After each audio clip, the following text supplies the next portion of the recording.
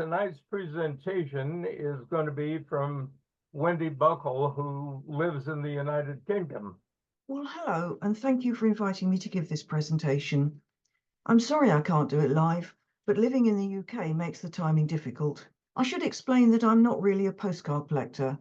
I'm a stamp collector, but one of my collecting areas is writing materials, and the temptation to collect postcards made out of unusual materials was really just too much. So here I am. As I'm sure you know, from around 1900 until World War I, postcard collecting became wildly popular. During what was later called the Golden Age of postcards, publishers vied with each other to come up with innovative ideas to cash in on the market, including producing novelty postcards. And there are all sorts of novelty cards, but I only collect those made of unusual materials, namely leather, wood, which includes bark, peat, aluminium, and celluloid. And these cards might have been popular with the public, but post offices in many countries really didn't like them. They normally charge the standard letter rate for them rather than the lower postcard rate, and they sometimes insisted they were enclosed in envelopes. I should say I do try and research what I have, but they're not always easy to identify since the publisher's name was often omitted. The title of this presentation is Novelty Postcards, Animal, Vegetable and Mineral. So let's start with animal. Leather postcards were popular in a country which had abundant populations of the animals which could be used for their skins. There are a very few examples from the UK, but by far the greatest majority come from the USA and Canada. In the USA, they were normally produced on deerskin, which is soft and thin, and the two shown here, both postmarked 1904, are quite floppy and really not ideal to go through the post. And indeed, in 1907, they were banned by the US Postal Service because the cards jammed the sorting machines. The design was applied by a process known as pyrography, which literally means fire writing, and another term for it is poker work. The images were burned onto the surface using the tip of a sharp heated tool with the colour applied afterwards. And this example is particularly ornate, with the addition of the flower made by material which feels like velvet, stuck onto the card for added effect. I do have a few examples from Canada, all of them posted to England. The Canadian cards do seem to be common, although less prolific than the USA. One practical problem with leather is the surface. Of course, there's a smooth surface and there's a rough one. And trying to write on a rough side is not easy and a bit impractical. And you often see examples where the nib has got caught as dragged into the very rough surface and doesn't take ink particularly well always. Very unusually, this card was sent from India to the UK. However, it didn't originate there. Someone clearly carried it with them, maybe as a visitor or as a tourist. The design is one of various series published in the USA featuring a central female figure carrying a pennant, and the letter in the pennant varies in different cards. This one is a P, identified as the University of Pennsylvania, and I've also seen similar designs with H for Harvard and Y for Yale. Wooden cards also seem to be a US speciality in the early days. According to Wikipedia, wooden postcards were sold as souvenirs at the 1904 St. Louis World Fair, the Lewis and Clark Exposition of 1905, and the 1907 Jamestown Exposition. Unfortunately, I don't have examples of any of those, and nor can I find examples on any USA dealer site. And both these cards are long after the Golden Age, suggesting an ongoing interest in them. This one on the left comes from, it says here, postal made at Washington State Furwood, and it was produced by J. Stanley, the owner of the old Curiosity Shop on Seattle waterfront. That was founded by Stanley in 1899, and apparently it is still trading. This is another late example posted in 1937. It does look to be homemade, and I really wouldn't even count it as a postcard had it not been successfully sent through the post. It's very large, it's 8 by 6 inches, and very thick, and it had to be sent at a very high rate for postcards.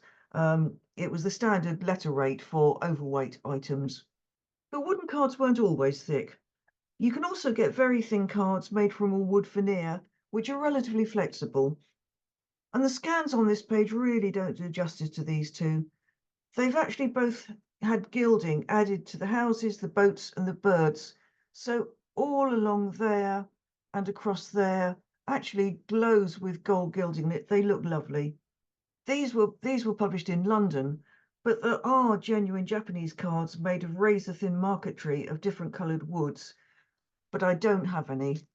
Plywood is another very thin and supple wood, and both of these were sent through the post without envelopes, and they were both from countries with plentiful forests, which I think makes sense. Plywood's quite popular with postcard manufacturers today, presumably because of its sustainability. Going on to bark, birch bark was plentiful in Northern Europe and North America. It's strong, it's water resistant, and it can be easily cut, bent, and sewn. And it's been used for many things over the centuries, including as a writing material. Easily identifiable by the marks in the wood. You see these sort of striations along here and across there. You can always tell birch bark. This Swedish example appears to be handmade, and I suspect it may be a genuine example of something made when paper was in short supply. You do find these, particularly in World War I. This one's somewhat earlier. And this example definitely looks homemade, using poker work to produce really what is quite a crude illustration. And this rather nice image on the back of the postcard is unorthodox and clearly not a standard printed work. Then another sort of bark is cork oak. This is native to Southwest Europe and Northwest Africa, and Portugal is the world's largest cultivator and the main source of cork postcards. I should say that postcards made from cork are still a staple tourist souvenir in Portugal today, and both these cards are modern examples. The cork is harvested by cutting the bark from the tree. They take about up to 10 centimetres thick bark, and they harvest it every 9 years, and it doesn't harm the tree. And you can see an illustration there from 1984 showing how it's done. And then finally, on the subject of parts of a tree, we come on to leaves, and this is by far the silliest item you're going to see. It uses the leaves of the muttonbird scrub plant, which is only found in coastal areas in New Zealand's Lower South Island and Stewart Island. Its leaves are thick and they don't curl or become brittle when picked. And when postcard mania hit in the early 20th century and tourists wanted unusual postcards, someone hit on the idea of using these leaves as postcards, and tourists started posting them from Patterson Inlet Post Office on Stewart Island to addresses on the mainland and abroad. And a number have survived in museums, including this one. However, the New Zealand Post Office didn't share public enthusiasm for this souvenir. A 1906 circular advised that the transmission of tree leaves posted loose and bearing written communications to the United Kingdom or to countries in transit through the United Kingdom is forbidden. And then in 1912, the ban was upgraded to include any address rather than just the UK. And then finally in 1915, the rule said loose tree leaves are prohibited, and if posted are to be sent to the dead letter office for disposal, so should never have been delivered. Well, clearly, of course, these are now very rare, and of course I haven't got one. But in 1996, a stamp show was held at Invercargill, South Island, New Zealand, and South Island. A New Zealand Post issued a special miniature sheet for the exhibition with a block of this 40-cent stamp, which shows Mitre Peak. And the stamp show organisers decided to recreate this Edwardian mania. So this example was addressed within Stewart Island, as I suspect they all were. I've no idea how many were posted, but I think today even these modern examples are not common. So now we come on to peat. Peat is an accumulation of partially decayed vegetation or organic matter, and it can be found in many countries. But it was only in Ireland that it was used to make postcards, and it was used as a marketing novelty. These two cards don't give a publisher, but do proudly state Season's Greetings on Irish peat paper on the front and Irish peat postcard on the back. One problem with peat is that it's very dark. Illustrations don't show up well, and I've had to had to adjust the scans of the picture side of these cards to illustrate them. In reality, they're actually much darker than they look on the screen. They really don't lend themselves to being postcards. One publisher was the Calendar Paper Company, and they were established specifically to make peat postcards. Established in Selbridge, County Kildare in 1903, and like the cards on the previous slide, it makes a bit of a show about it being made from print. So that note on the side there says, this card is made from peat manufactured by the Calendar Paper Mill, Selbridge, from peat taken from the Bog of Allen. I should say these days the bog is a protected area and peat is no longer extracted for any uses whatsoever. So that was the vegetable side of the presentation, and now we're going to come along to the mineral. Metal postcards were made of aluminium. They're light, they're flexible, and in the case of this one on the left, they can even be die stamped to a novelty shape. These two are clearly designed as greeting cards, but I suspect not specifically as postcards. But postcards with these sharp edges were produced and they were sent through the post. However, after postal workers had sustained cuts to fingers from the sharp edges of metal cards, the UK Post Office introduced regulations saying metal cards must have rounded edges, as you see here. But even sent as a postcard, the rules were, as for all novelty cards, that they should be sent at letter rate, which was a penny. This one's gone at the postcard rate of a halfpenny without attracting a penalty. I don't think that makes it a rarity. But just rounding the edges apparently didn't satisfy the post office. They then introduced a rule stipulating that it had to be enclosed in an envelope. So the publishers duly complied by printing an instruction at the top of the card. This card must be sent under cover only. But doing that made the rest of this design on the card completely redundant. The design is called a divided back, where the message theoretically could be written on the left-hand side and the address on the right. This card is undated, but it must be 1902 or later, because it was in January 1902 that the British Post Office authorised this design. However, the cards couldn't be sent abroad until other member countries of the Universal Postal Union had agreed to do the same. So, for instance, France followed suit in 1904 and Germany in 1905.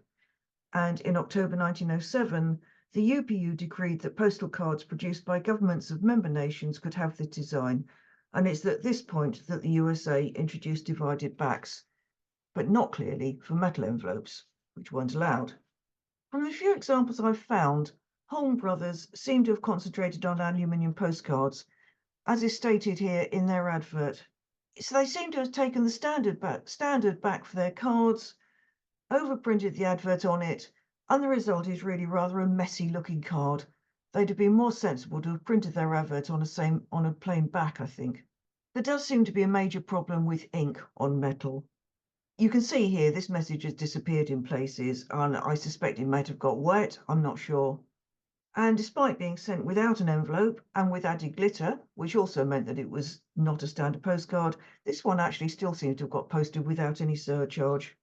This example from the USA also has instructions to send it in an envelope. The sender, though, has chosen to address it. I suspect maybe they didn't realise until after they'd written it that they couldn't send it that way. The instruction on the box is very clear. Place stamp upon envelope. Aluminium cards seem less common in the US. There are a few on the ebay.com site, but not many. And the couple of large USA postcard sites I looked at actually had very few.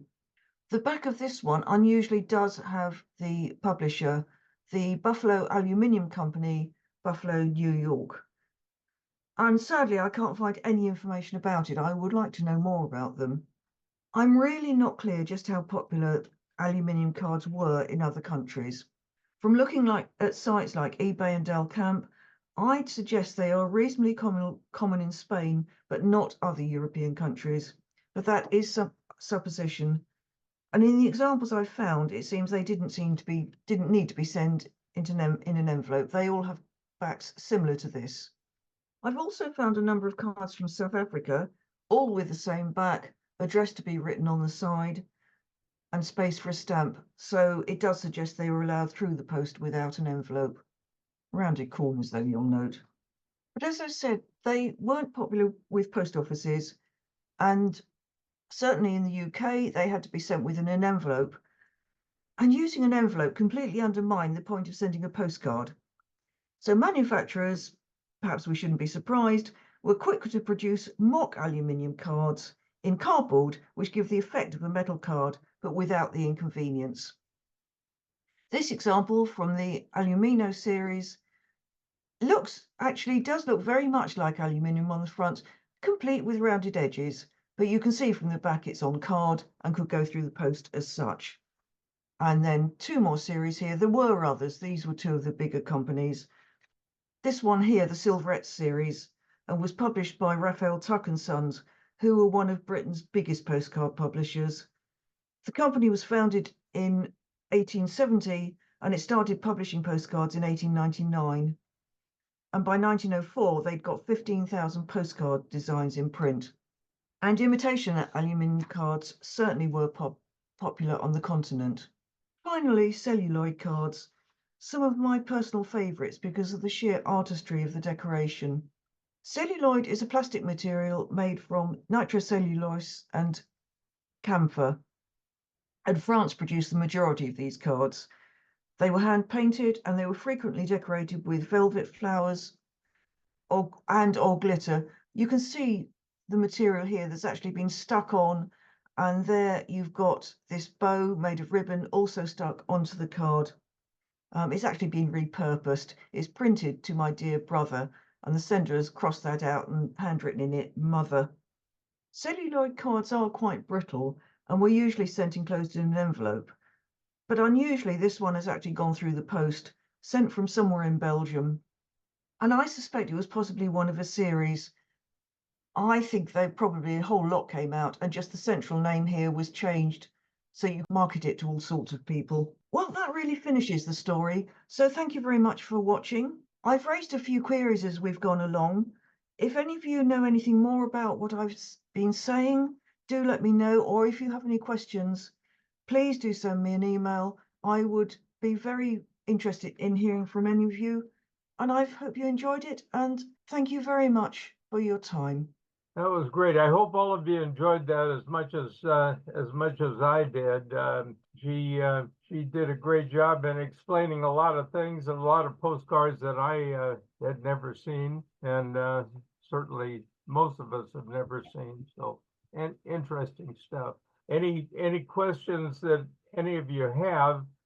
This meeting is being recorded, as you know, and we'll pass this on to Wendy as soon as it becomes available from Alan. So if you have any questions that you'd like to ask her, that's fine. Or you can email as well, and I'll make sure that all of you get a copy of her email address.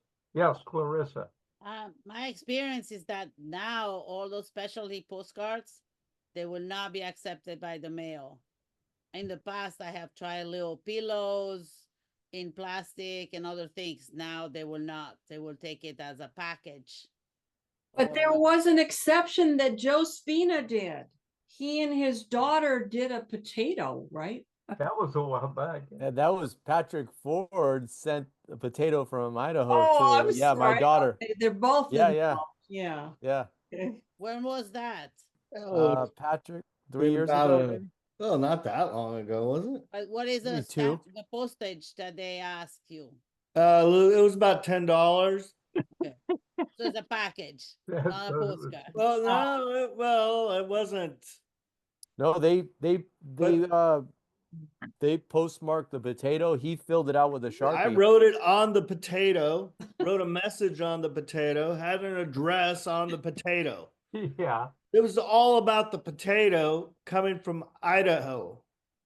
And it was sent from an Idaho post office and it went to California. But, It was but the $10. post office consider that rate of a package.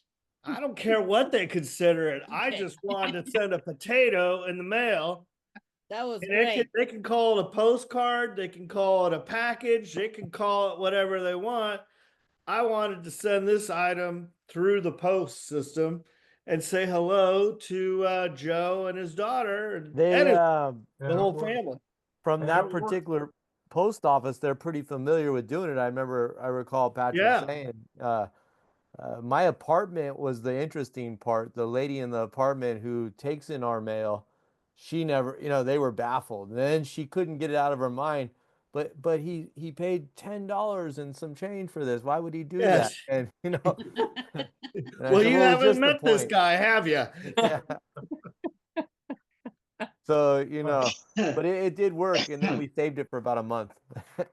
Yeah, and I think aside from that great example, I think the last postcard, at least in my collection that I've seen that had an attachment to it, was sent from Salt Lake City, and it had a little bag of salt stapled to it. I guess those are not allowed any longer as well, right, Clarissa? I don't think so. Yeah.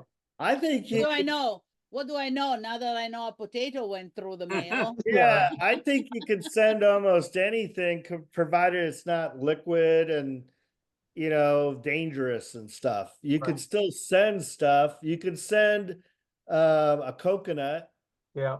you Yeah. know, and I know you can send a coconut. So I thought based on knowing you can send a coconut, I was gonna send a potato. So yeah.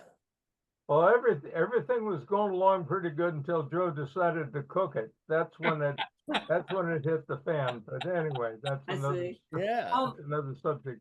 I thought Wendy had wonderful examples, and I guess occasionally at shows you'll see some leather cards or wooden cards, but I really haven't seen those metal, for example, very much. And I was never aware of one made out of peat.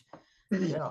Beat I didn't. No. I have some even recently bought that made out of copper, Oh, and they put a piece of paper on the back Right. wrapped out so you can write the address and everything easily because it's paper that you write on, but it's copper.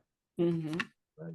Now Right, that you I've mention got- it, I have a copper one too, Clarissa, somewhere in here. I didn't think about that during her presentation, so you're right. It's fairly recent too.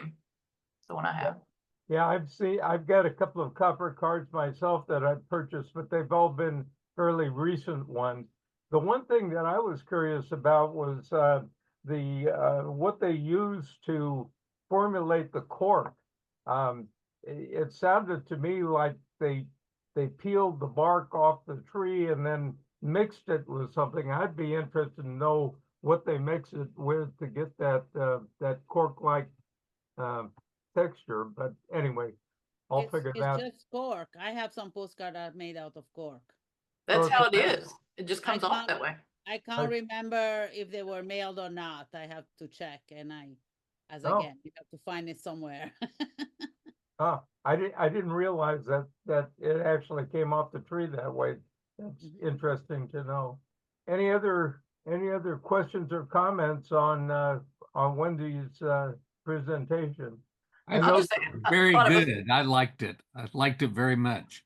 Very it was very interesting, and I was flattered that she chose to do her presentation for our club. I thought that was great.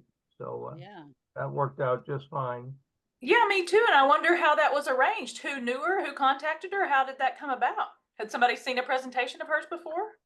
I've known Oh. Wendy for more than 10 years, Oh, okay. slightly, and somewhere I saw that she had been interested in, or I only had seen the aluminum postcards and such, but I suggested or I asked her if she would be interested in doing something for the postcard club, and then hooked her up with Shav, and so that's how it came about. Well, thank you, Larry. That was a great find. That's wonderful. Thank you. Yeah.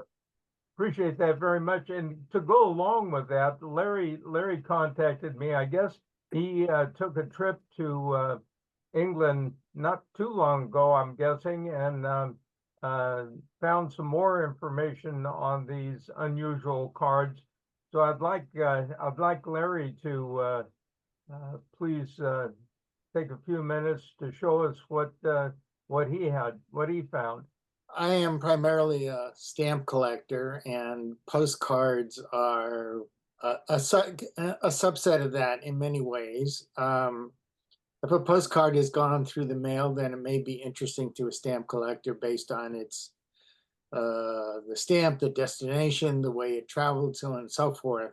But there are also stamp collectors who also collect picture postcards and exhibit them as such. There's one person I know who has an exhibit of postcards of, I think it was the Pan Pacific exhibition in San Francisco in 1915 and others. And that is shown at stamp shows along with exhibits of primarily stamps or items that went through the mail.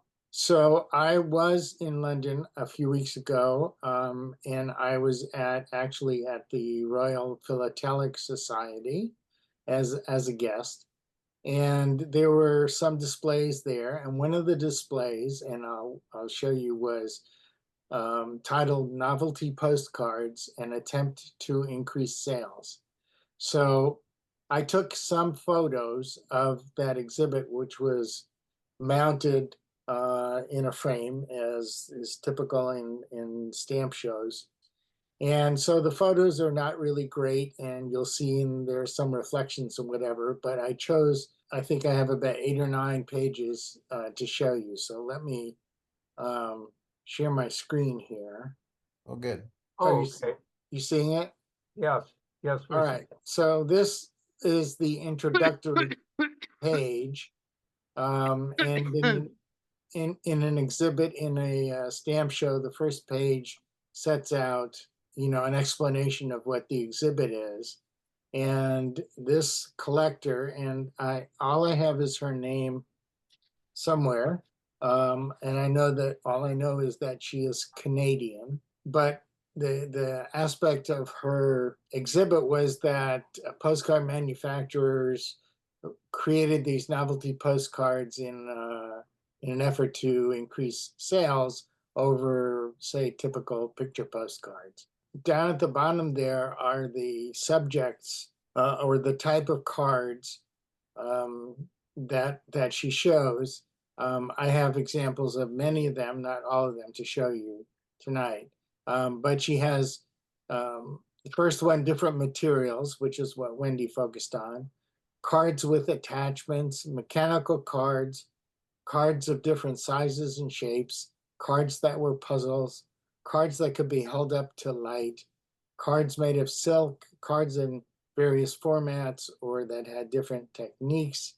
So a wide variety of things. Here are the materials that she found, which included many of the ones, maybe all of the ones that Wendy showed, but others. She has burlap.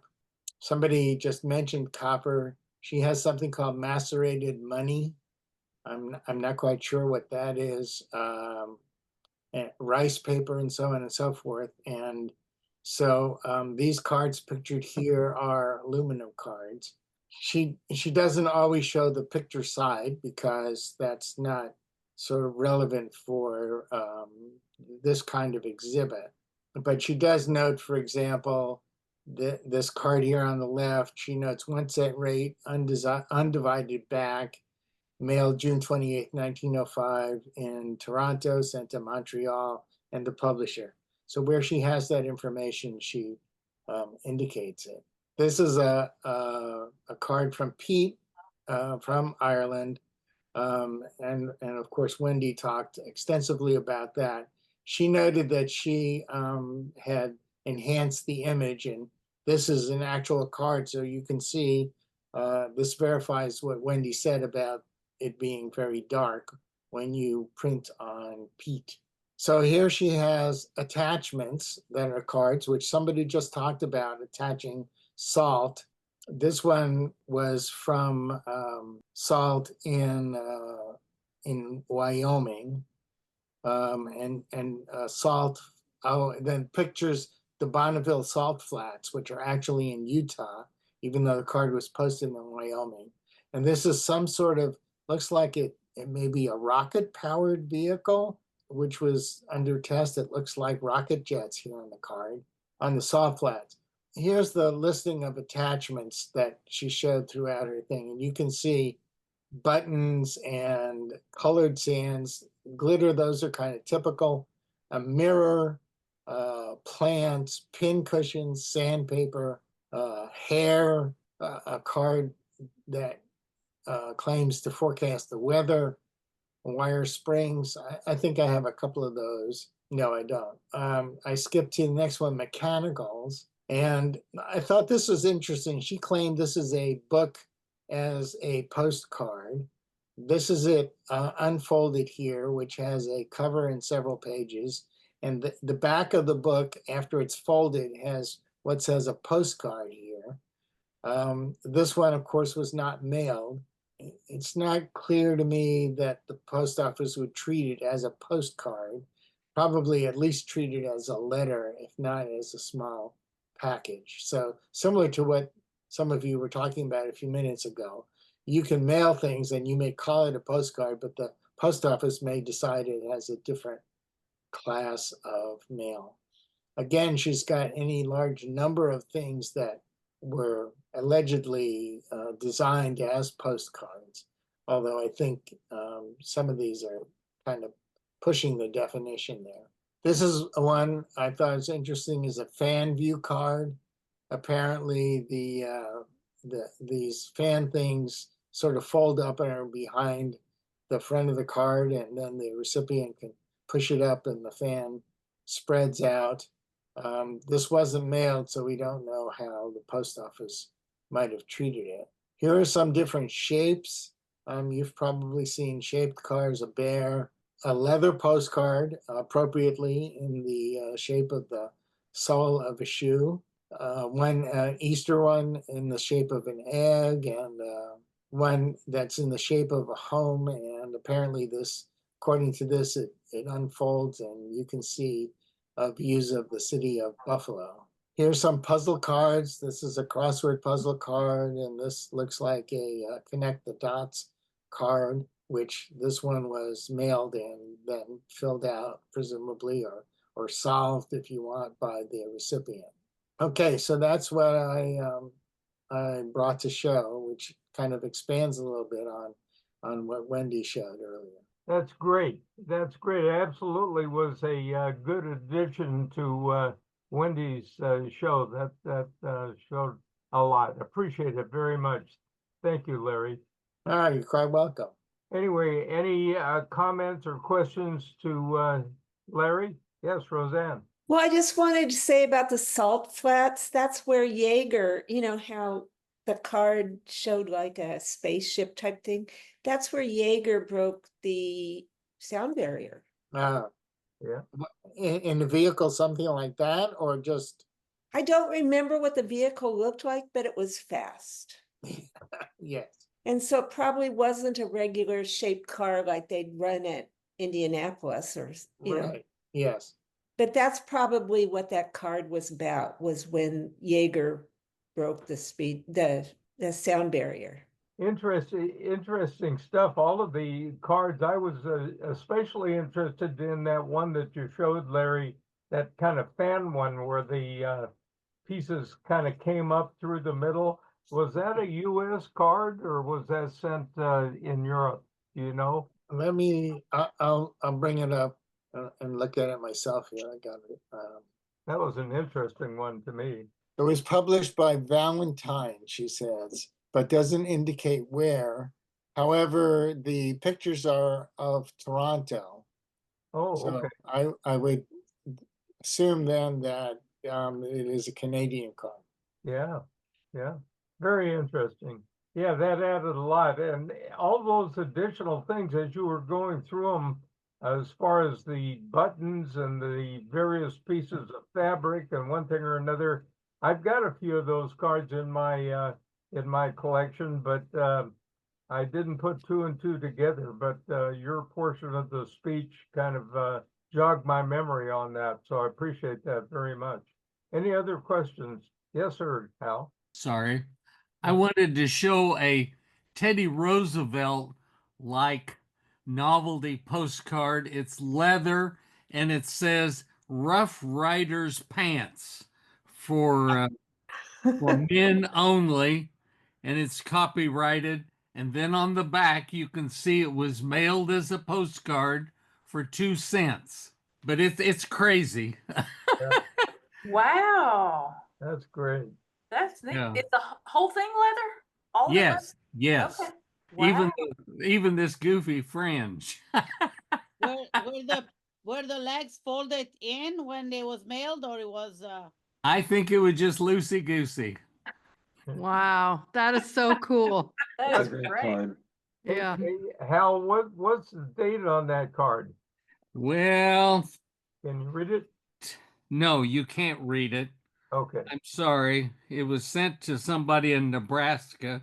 It says it was copyrighted, but there's no date on that. So That's interesting. yeah.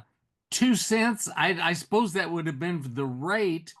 You know, they raised the postcard rate during World War I to Yep. 2 cents and then reduced it back to a penny later. Right. But it's vintage, we'll say. Yes, sir. Yes, sir. That's Would you interesting. call it, if that was the time period, antique? Well, Antique now, yeah, probably, potentially. all it's postcards are before 1920? They are vintage Oh. postcards. yeah, I think so. Yeah. 100 Yeah. years. Yeah. It's only a question of vocabulary and agreeing on each other. Yeah. I Well, have a quick comment yes, ma'am. regarding leather postcards, and from the prior presentation, I have leather postcards and have seen them. Never once did I consider that it wasn't cow leather. And so her saying that it was deer skin makes sense now that she says it. She said it, but I was kind of like, duh, but then again, I think I've seen some that were thicker. So I don't know, but that was an interesting thing for me to think about, what kind of leather they were made of. Yeah, I caught that too. That was interesting. Yes, Lauren. I actually I do have 2 novelty cards that I received recently. The president of my club knew that I collected of the San Francisco club knew that I collected novelty cards, and one of the members was selling off his collection. So I don't know, can you see this? How am I doing this? Okay, so this is a little pillow. It is broken there, but it says you can lay your head on my pillow. So you can see that. And it was sent. It says postcard on the back. Raise it a little bit. Yeah. Yeah. You have your camera there. Can you see it? Yeah. Yeah. Better. Let me just, I got this thing here that's in the way. Okay, there we go. And let me turn my lighting up. That might help. Hold on. I have a postcard like that too, a little pillow. Does it have a stamp on it? Yeah, it has a stamp on it. Mine let's has a see. stamp on it. It had you could see where it had a stamp on it, but that came off. Okay. So there's that. That's And then the person who this cards were from his collection, he collected goats. So this is kind of unusual. It is a little walnut. You can see that. The walnut is the head, a painted walnut, and then a goat is kicking the lady, and it says skidoo. So I guess what's that saying? 23 skidoo or whatever. I don't really know what that meant, but it was posted. There's the back. You can see that. So those are actually 2 very unusual additions to my novelty collection. I do have quite a few different novelty cards. Those are out there. Oh, yeah. Those are That's great. great. Thanks for showing them. Yeah. Paula, did you have a question? I don't have Okay. any questions. When I was traveling to Puerto Rico, I don't know, probably around 2019, I had a postcard that had coffee grinds that were on the postcard. I never mailed it, I just brought it home. But yeah, I have a couple, but I do have a copper, and I think I have like redwood from the redwood forest. Yeah, those are more modern cards or Mhm. more current cards, right? Yes, yes. Yeah. Oh, that's great. Well, we've kind of run the gamut as far as seeing unusual cards, which is always interesting. And yes, sir, Joe. Thank you everyone for sharing. It's just been so interesting. I have to add that I just had students who I teach, they made 160 postcards by hand. I have 160 students, and this time around, because I shared this before, but this time around was even greater because the secretary this time she ordered, I had her order the card stock, but this time she ordered 100-pound 5x7 card stock, and it was really nice paper, and the kids responded greatly to it. I do have a couple of pictures if you wanted to see two Of course, pictures. You of guys, course. Sure. Go ahead. okay? I was thinking that you guys might want to What grade are they, or how old are they? 7th and 8th grade. Okay, so Yes. did you hit share before you tried to share the screen? And you could see those? Are they Yep. large Yeah, enough? yeah, yeah. They did it for Hispanic Heritage Month, and so they highlighted Jaime Escalante and a few other people. They did the research, then they mailed them to a family member. And so they did really great job. Some were collages and watercolors. There's another one, if you could see those. And then the backs look like that. They divided the back themselves. Yeah, it was They pretty did good. really good Yeah, job. yeah, they over the years it's gotten better. It's gotten better because now I slow them up a little more and have them do rough drafts and everything, so then they take more time. Whereas in the beginning I was so excited to have them do it that kind of they would do it pretty quick, but now I slowed them up so they kind of write a lot. And then three of them out of the 160 went international, so that was cool. Hawaii, not Hawaii, Japan, Ireland, and Korea, South Korea. So that was cool. And then the biggest part, I think I've shared this before, the biggest part that they still are, and this is after years now, multiple kids after years, they still want to share the mailbox selfies. And so we do slideshows of all of them, either at the post office or handing it to the letter carrier. I would love to show you guys that, and you would get a kick probably watching those for about 20 minutes, but I can't show students online like that, you know. Yeah. But that's their most favorite part. Then they email me those pictures, and then during the periods we do slideshows of, and they like to see each other mailing letters and postcards. So that's like the biggest part of it. So it's kind of cool. Yeah. I'll I tell wish you I could show what, you all those because they're really cool. Do they send them to each other? Yeah, well, not this time around. This time I had them send them to family, and then there's one going on right now that I'm having them do, and they're sending them to each other right now. Yeah. well, I tell you, Joe, I wish I had, I've had a lot of great teachers over the time that I was in school, but I wish you were one of them. Uh, You, you you're, know, they don't know you're, anything about postcards. They come into it. I don't think this year out of the 160, I don't think one of them's ever sent a postcard, let alone made one. And yeah, so by the end, they're ready to keep doing it. They're ready to. And some of these postcards, I think you've seen a couple of good examples in there. They're collages and things, watercolors.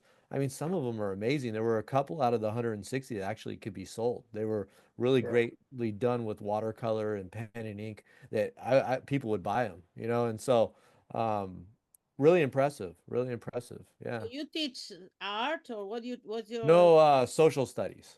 social study? Yeah, Yeah. that's just the way that I always do the postcard project for the different months. It has nothing to do with the curriculum, but then I latch on to all the months like Hispanic Heritage Month, or Native American, Pacific Islander Month, Heritage Month.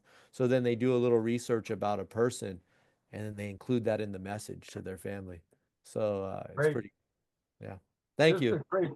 a great job, Joe. Thank you. Thank you. We appreciate teachers. Thank you.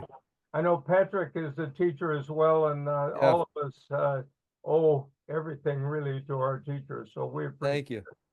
I wasn't planning on sharing that, but since you were talking Okay. about all these cards, I mean, geez, I had to. Thank you, everyone. And I tell them about the club also. I tell them, Uh, hey, I share these pictures with the club, of your postcards, and they're really excited about that. I mean, a number of them would be on here right now. I mean, Yeah. geez, there's probably 50 of these kids that would be at this meeting right now who would be pretty interested if, you know, if they knew that their cards were going to be highlighted and all that. Any time, you know, it's of course up to you, but any time that, you know, they would like to join our meetings, obviously they're more than welcome. Just let me know. Thank you. Thank you very much. Thank you. Yes, sir. Thank you. It would Good be night, fun. It would be fun to have some of them present what they were. You know, Get those we cards. can do that with the one round maybe by the end of this school year, you know. Yeah. The school year kind of just started out. It's only a couple months in, right? So maybe in the spring I could set that up and we could have 3 kids come on or something. They could present what they did. I mean that they would definitely do that, a few of them. Yeah, that would be cool. That'd be a great idea. Appreciate it. Thank you. Talk to your kids about post crossing if they are interested to send postcards. Oh, yes, the post crossing. I don't know if you're familiar what post crossing is, but Wait, someone just told me about that. Can you refresh me on that really quick? sure. Post crossing is an organization that is started in Portugal, and basically it's free. You sign up, and what happened is that when you sign up and you say I'm ready to send a postcard, so they give you an address somewhere in the world, and then you have to send a postcard to that person, and with a code, they give you a code so that you know it's you that send it, and that when the postcard arrives, the person enters the code that yes, I received the postcard, and then you can get another address, and then somebody gets your address, and you receive a postcard. So Someone the cost just is told me only, about that. the cost is only to send the postcards. Mhm. Yeah. Yeah. Thank you. Thank you. Yeah, I just heard about that. And Yeah, Clarissa, is there like a minimum age, or, I mean, it's really for anybody that can write, right? Or I what's don't know if there is a minimum age. That's a good question. I didn't I know if you had to be 18 But or if you something. go Yeah. to the post crossing, if you Google post crossing, you Mhm. get to post crossing websites, and then Mhm. they have all the rules there. And at the philatelic shows now, Ballpex and Apex here in this side of the country, they have post crossing and attracts a lot of young people to come to the show.